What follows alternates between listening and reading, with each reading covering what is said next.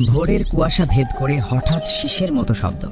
জলাভূমির আকাশে ঝাঁক বেঁধে উড়ে যাচ্ছে সরালি হাঁস। শান্ত কিন্তু সংগঠিত, সুন্দর কিন্তু কৌশলী। সরালি হাঁস আসলে হুইসলিং ডাক গ্রুপের সদস্য। এদের বৈজ্ঞানিক নাম ডেন্ড্রোসিগনা জাভানিকা।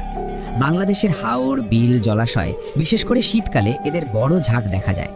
সরালি হাঁস পুরোপুরি পরিযায়ী পাখি নয়। অনেক দল সারা বছরই থাকে, আবার কিছু দল মৌসুম ভেদে স্থান বদলায়। জলাভূমির পানি ও খাদ্যের প্রাপ্যতা অনুযায়ী এরা চলাচল করে। এরা মূলত জলজ উদ্ভিদ, ধানের শস্য, নরম ঘাস ও জলজ বীজ খায়। এরা রাতে বেশি সক্রিয় থাকে।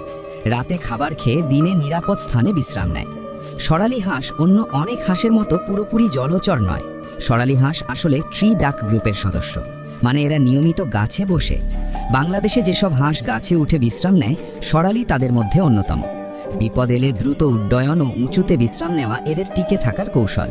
প্রজনন মৌসুমে তারা জলাশয়ে কাছাকাছি ঘাসে বা ঝোপে বাসা বানায়, কখনো ফাঁপা গাছের গর্তও ব্যবহার করে। এরা 6 থেকে 12টি ডিম পাড়তে পারে। ডিম ফুটতে সময় লাগে প্রায় 25 থেকে 30 দিন। মা ও বাবা দুজনেই ছানাদের রক্ষা করে। ডিম ফুটে বের হওয়ার কয়েক ঘন্টার মধ্যেই ছানারা সাঁতার কাটতে পারে। এরা প্রিকোসিয়াল প্রজাতি, মানে জন্মের পরই অনেকটা স্বনির্ভর। এদের ডাক তীক্ষ্ণ শীষের মতো, এ কারণেই নাম হয়েছে হুইসলিং ডাক। এদের ঝাঁক উড়লে একসাথে শীষের সুর শোনা যায়, যা দলবদ্ধ যোগাযোগের অংশ। সরালি হাঁস অত্যন্ত সামাজিক পাখি। এদের হাজারের বেশি সদস্যের ঝাঁকও দেখা গেছে।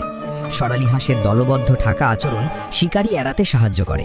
জলাভূমির উদ্ভিদ খেয়ে তারা জলাশয়ে ভারসাম্য রক্ষা করে। সরালি হাঁস বীজ ছড়িয়ে দিয়ে উদ্ভিদের বিস্তারেও ভূমিকা রাখে, অর্থাৎ তারা ওয়েটল্যান্ড ইকোসিস্টেমের গুরুত্বপূর্ণ অংশ। সরালি হাঁসের উপস্থিতি জলাভূমির খাদ্য প্রাপ্যতা ও পানির গুণমানের ইঙ্গিত দেয়। যেখানে সরালি বেশি, সেখানে সাধারণত প্রাকৃতিক উদ্ভিদ ও জীববৈচিত্র্য ভালো থাকে।